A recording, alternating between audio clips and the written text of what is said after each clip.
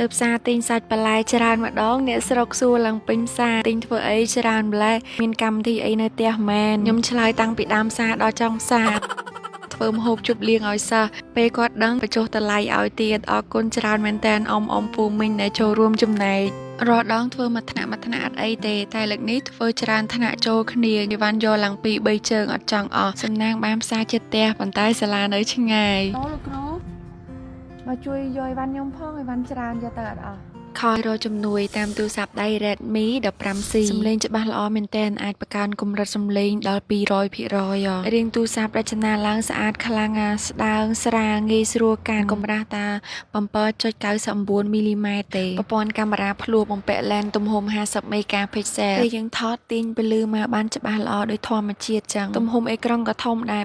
6.9 អ៊ីងហើយល្បឿនរលូនលឿនល្អមែនតើបើកម្លាំងសាកថ្មវិញលឿនដូចព្យុះ33វ៉ាត់សាកម្ដងប្រើបាន2ថ្ងៃជាងដោយសារទំហំថ្មធំ 6000 មីលីអាំពែចាក់ចម្រៀងមើលវីដេអូបានយូរម៉ោងមែនតើ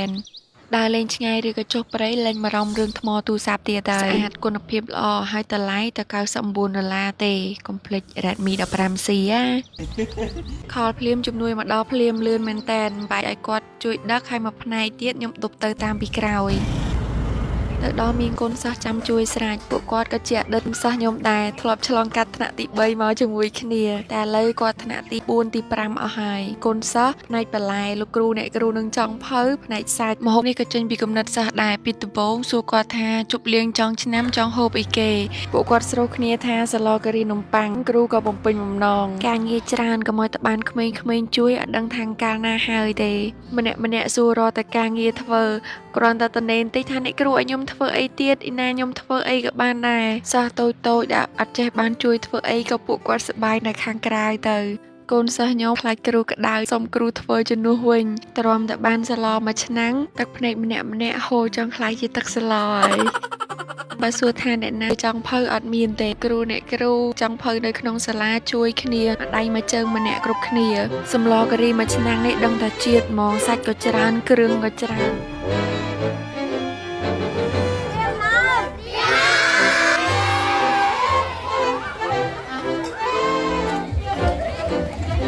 គ្រាន់តែដល់ម៉ោងញ៉ាំម្នាក់រត់ស្រូចូលទៅកាន់រោងបាយខ្លាចអស់កន្លែងអង្គុយ